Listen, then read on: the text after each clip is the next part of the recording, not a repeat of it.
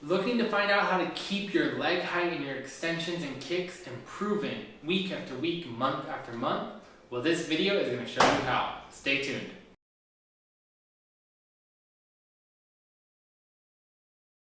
Welcome back, artistic athletes, to our final video in a series of videos all about the hips. Now, these videos come with accompanying emails you can sign up for below that go into way more detail on all things hips and how to get your legs higher. We're going over the anatomy, the gripping, pinching, any exercises that you need to work, and how to test for yourself what's going on and holding you back. So if you'd like to see that, please click below. The video or the emails are going to give you much more deep information that's easy to save little bits, whatever applies to you. In the email for this video, we are walking through one of our old clients, Mary, and how we kind of designed her whole one day of workouts and how we progress that. We're going to focus in this video only on the hip extension, not the other exercises. But please, if you'd like to see that, click the link below. And if you're looking for the other videos, I'm hoping I can make them show up somewhere here on the screen, or at least in a playlist, and you can click on that and start from the beginning. Without further ado, let me jump into telling you a little bit about our old client, Mary. Mary was struggling to get her legs higher. She'd been working on trying to get her extensions, well, to all directions, but the direction I was focusing on first was the front and side, trying to get her legs up higher. She had been stretching for a long time, and recently with her stretching, she actually started getting some pinching in her partner stretches. And she came to me looking for, my legs aren't going higher, I've been working on this for a year, what's holding me back? So I'm going to walk through what we did for her and how we organized her exercises so that you can take that information and use it for how you organize your own exercises and how you improve them on your own. If you don't want to do it all on your own and you're looking for more help, well, lucky you're in the right place, because we have a whole 12-week programs built 100% for dancers that not only focus on leg extensions, jump height, turn, balance, quick footwork, but also protecting the things that are most commonly injured in dancers. So it is the foundation, a program for all dancers to get you in the right place. So that will also be linked down below. But if you're looking for more information, just shoot me a message or leave a comment, and I'll walk you through how this program can replace all of your outside of dance training. So then when you get it all laid out for you, and when you're in dance, everything's clicking and coming together for you. Too much talking. Let's get back into the point of the video.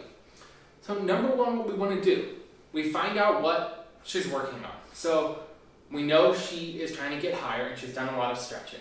We go through some of the tests we talked about a couple of videos ago, and we find that, yeah, she's got a little bit of instability in her hip. Her passive motion is really good, but her active motion is much less. So now we know that we need to include exercises that don't cause the pinching and also gradually build her height. So you take stock of what you found, and then you find that one exercise that's going to work for you. Typically, if you are getting a little pinching, having trouble, we don't want to train all the way at the top of your range of motion yet, because that high leg lift can really start to irritate. So what I'd rather do is start trying to find activation and build that endurance at a lower height, at a comfortable height. And that's something you can do anytime you're doing exercises. You don't have to be in your full position to get those same muscles working and building their control. So we started her with the march hold. So we're building time, there's a little bit of balance playing in, and we're trying to feel that hip flexor working. Now our first version of progressing, once you find an exercise that is good for you, I want you to, each time you do it, which does not have to be every single day, a couple times a week is plenty to see progress in your exercises. But what you're going to do is, each time you're going to aim for doing a few more reps, holding it a little bit longer, using a stronger band or adding more weight. You don't have to see improvement every single session, but you're aiming for improvement every single session. So over the next few sessions, she was able, I think for 3 or 4, to work on building a little longer hold. The thing is, let's think back to maybe your first dance class you ever took. Could you do that same dance class forever and still be as good a dancer as you are now? Probably not. You'd probably have to have a more challenging dance class. That's how I want you to think about exercise as well. Exercises can get a little boring, which is just your mental, but they also can get a little repetitive and miss other things. Dance is very dynamic. We need to strengthen in different positions.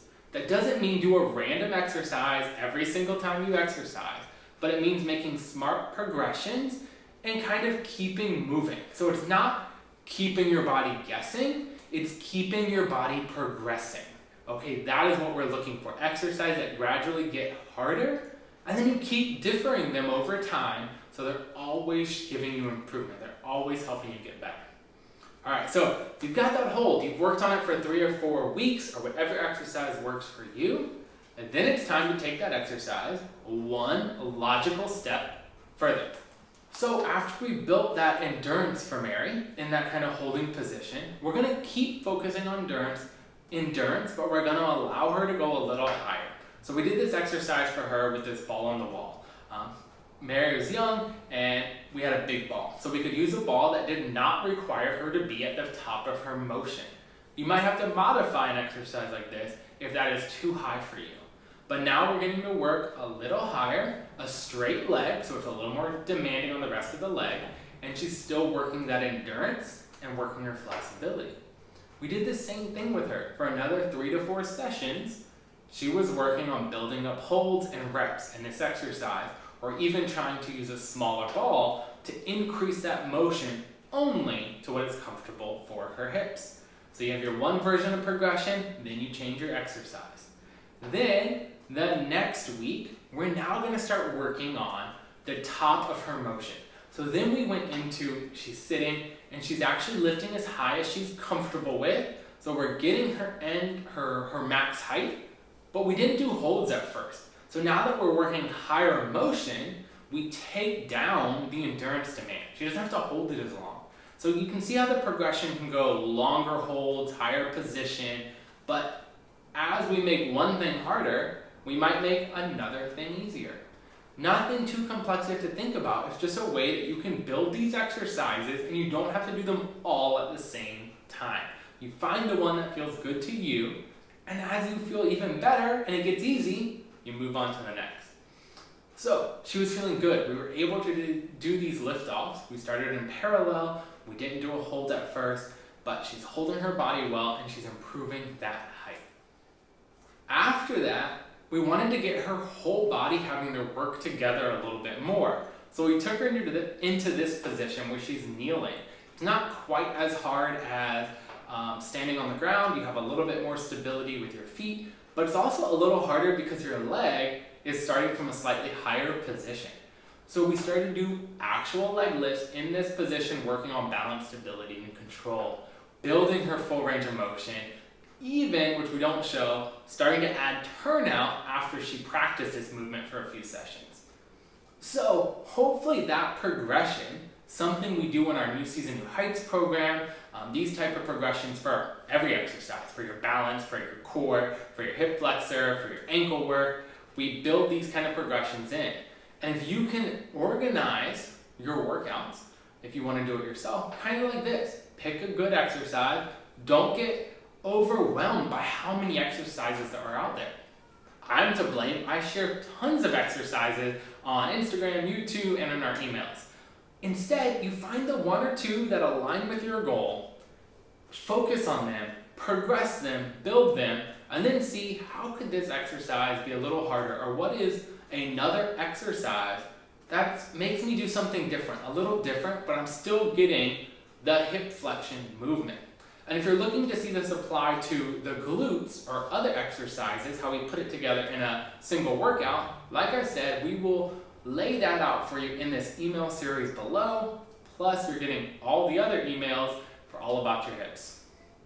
Hopefully you found this helpful, and if you have any questions, leave them below for me, and I hope to hear how your workouts are going. Have a great day, dancers.